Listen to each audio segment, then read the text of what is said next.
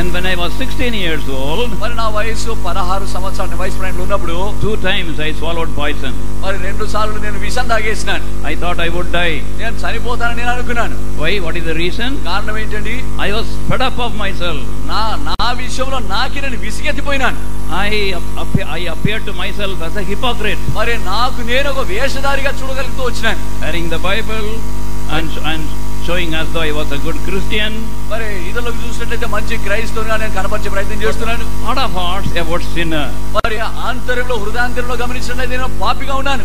And because I hated myself, మరి నన్ను నేనే ద్వేషించుకున్న కారణాన్ని బట్టి, I could not change myself. నాకు నేనే ఎటువంటి మార్పు నాలో తీసుకురాలేకపోయిన కారణాన్ని బట్టి, and then I swallowed poison. మరి విషాన్ని నేను తాగేశాను. First time I did not die. మొదటిసారి నేను చనిపోలేదు. Again I tried, I did not die.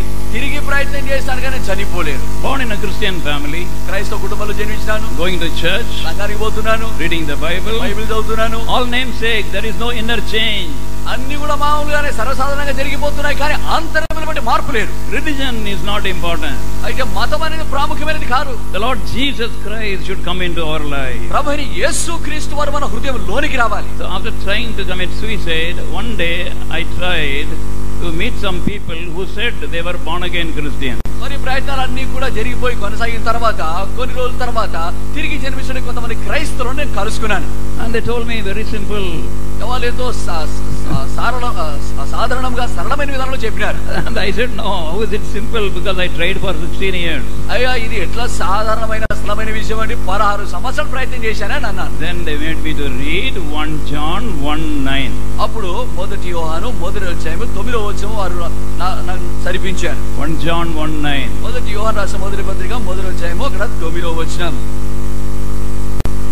If we confess our sins, He, Lord Jesus Christ, is faithful and just to forgive us our sins and to cleanse us from all unrighteousness. మన పాపములను మనం ఒప్పుకొనిన ఎడల ఆయన నమ్మదగిన వాడును నీతిమంతుడు గనుక మన పాపములను క్షమించి సమస్త దుర్నీతి నుండి మనం పవిత్రంగా చేయును. And I said, I do it every day. మరి ప్రతిరోజు నేను చేస్తున్నాను కదా. And morning I say, Lord, protect me from sinning. అయితే పొద్దునే అంటాను, ప్రభువా పాపం చేయకుండా కాపాడండి. Night I pray, Lord, forgive me all the sins. ప్రభువా రాత్రి వచ్చేటప్పటికి ప్రభువా నేను చేసిన పాపాలన్నీ కూడా క్షమించని చేస్తున్నాను. Then one of the brothers who came to counsel me in the night said, మరి నేను ఆ రీతిగా ఉన్న పరిస్థితుల్లో ఒక సహోదరుడు వచ్చి నాకు సలహా ఇస్తూ, and he said, all this time you confessed without faith. మరి ఈ సమయం అంతా కూడా నువ్వు ఒప్పుకున్నావు కానీ దాంట్లో విశ్వాసం లేదా అని చెప్పినాడు. Because God's word says, ఎందుకంటే దేవుడు వాక్యం చెప్తాడు, if you confess, నీవు ఒప్పుకుంటే He will forgive you, ఆయన నిన్ను క్షమిస్తాడు, and then He will cleanse you, make you a new creature. అంత మాత్రమే కాకుండా నిన్ను కడిగి శుద్ధి చేసి నిన్ను నవీనమైన సృష్టిగా మార్చివేస్తాడు. Then I said, what I have to do?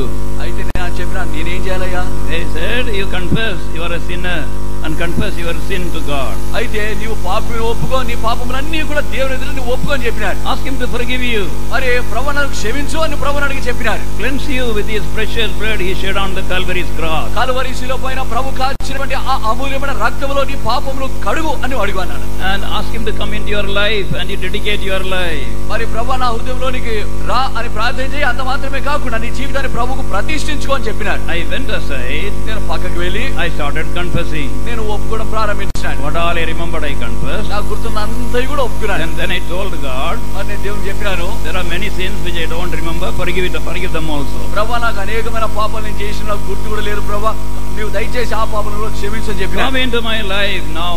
ప్రభువా నా జీవితంలోకి ఇప్పుడే రా అని చెప్పినా. I need you. ప్రభువా I need you. ప్రభువా నువ్వు నాకు అవసరము.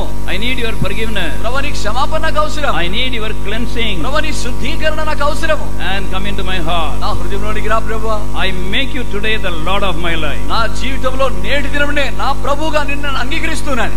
And after praying that prayer, ప్రార్థన చేసిన తర్వాత I came back to the brothers. తిరిగి సహోదరుల దగ్గరికి వచ్చి They asked me what happened. అయ్యా నీకు ఏం జరిగింది అని అడిగినారు. He said nothing happened. నేను చెప్పిన ఏం కాలేదండి అన్నాను. They looked at me from head to foot. పై నుండి కింద వరకు ఒకసారి చూశారు. What, nothing happened? నేను ఏం జరగలేదా? How do you feel? నీకు ఎట్లా అనిపిస్తుంది?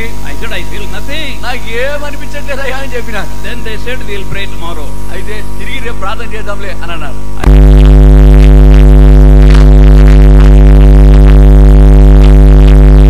I did confess my sins. అయితే దేవుడు నాకు చెప్పిన చెప్పినాడు, నేను అది చేసిన, నా పాపాలు ఒప్పుకున్నాను. And what God said he would do, he has done already. అయితే దేవుడు అయితే చేస్తాను అని ఇప్పటికే చెప్పినాడు, అది చేసేసినాడు అన్న. He has forgiven me. నన్ను క్షమించినాడు. I don't feel anything. ఇక నాకు ఏమి కూడా అనిపించడం లేదు. But I believe his word. అయితే తన వాక్యాన్ని నేను నమ్ముతున్నాను. And he has forgiven me. ఆయన నన్ను క్షమించినాడు. And cleansed me, changed me into a new man. నన్ను కడిగి శుద్ధి చేసి పవిత్రపరిచి నవీనమైన వ్యక్తిగా నన్ను మార్చివేసినాడు. They did not have any belief. అయితే వారు ఏం నమ్మలేదండి. Anyhow, we went away. అయినప్పటికీ వెళ్ళిపోయినాం అక్కడి నుంచి. And my life got totally changed. మరి నా జీవితం విప్లవాత్మకంగా పూర్తిగా మారిపోయింది. And I'm an old man now. Till today, that assurance of my sins forgiven, the assurance of transformation has never left me. అయితే నేను ఇప్పుడు వృద్ధుడైపోయినాను. నేను జన్మించిన దినం నుండి నేటి దినం వరకు ఆ యొక్క నిశ్చయత, నేను క్షమించబడినాను, పరివర్తన జరిగేటువంటి ఆ యొక్క కార్యం నాలో కొనసాగుతున్నటువంటి ఆ విషయము రూఢిగా నాలో నాటుకుని పోయింది. You are seated here. If you are not very sure about your salvation, మీరు ఇక్కడ కూర్చున్నటువంటి వారిలో రక్షణ గురించి నిశ్చయత స్పష్టంగా మీకు లేకపోతే, come to the Lord Jesus Christ. ప్రభువైన యేసుక్రీస్తు వద్దకు రండి. How to come? ఏ రీతిగా రావాలి? Change your direction and come to Him. మీ యొక్క గురి లేకపోతే మీరు వెళ్తున్నటువంటి ఆ యొక్క దిశను మీరు మార్చివేసుకోవాలి. And in God's word, that is called as repentance. దేవుని వాక్యములో దానికి మారు మనసు అని చెప్తాం. Repentance means changing the direction and coming. మారు మనసు అంటే మనసు తిప్పుకొనుట, అంటే ఆ యొక్క గురిని మనం మార్చివేసుకొనుట. And then tell the Lord, తర్వాత ప్రభువుకు చెప్పండి, Lord, I am a sinner. ప్రభువా నేను పాపిని, and forgive me. నన్ను క్షమించండి. Now I come to you for thy cleansing. ప్రభువా శుద్ధీకరణ కొరకై దేవా నేను నీ యొద్దకు వస్తూ ఉంటున్నాను. And come into my life and you reside in my life. ప్రభువా నీవు నా లోనికి వచ్చి ప్రభువా నన్ను రక్షించండి.